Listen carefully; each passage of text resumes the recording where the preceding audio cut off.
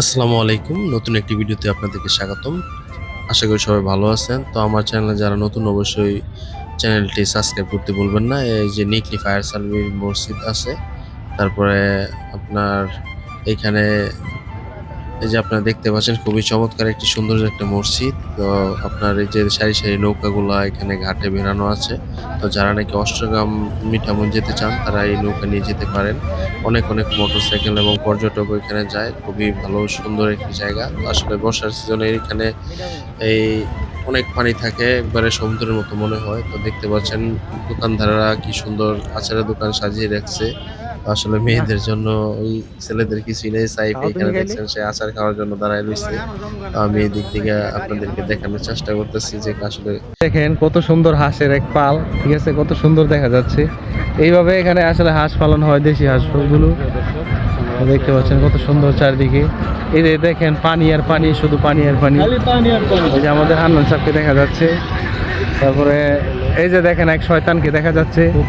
এই যে দেখতে পাচ্ছেন সে মোটরসাইকেল নিয়ে হাজির। আসলে এখানে বেশি দেরি করা যাবে না, খুবই সৌন্দর্য বিলের, আসলে খুবই অসাধারণ দৃশ্য, মন জুড়িয়ে যাওয়ার মতো। ওয়েদারটা যদি ভালো থাকতো আসলে কত ভালো লাগতো, এটা ভাষায় প্রকাশ করার মতো না, বুঝছেন। খুবই ভালো লাগতেছে চারদিকে। তো আমরা আসলে ওই নিকলির মূল যে পয়েন্ট আছে, 0 পয়েন্ট, এখানে যাব। এখানে ভালো লাগছে বিদায় আমরা এখানে দাঁড়াইছি আর কি। খুবই সুন্দর পরিবেশ, দিন মেঘাচ্ছন্ন, বৃষ্টি আসার সম্ভাবনা আছে। তো আমরা চলে যাবো আর কি। কি পরিমাণ বৃষ্টি আইতেছে, বৃষ্টির দৌড়ানি খাইয়া বুঝলেন একজনের বাইতে উঠছি, কার বাইতে উঠছি কইতারি না। এই যে দেন মেঘের মধ্যে আল্লাহর বান্দাটি আটকা পড়ছে। এই যে দেন আল্লাহর বান্দাটি মেঘের মধ্যে আটকা পড়ছে, বুঝলেন। এই যে দেন মেঘ আছে খেয়ে তাহলে দিতাম।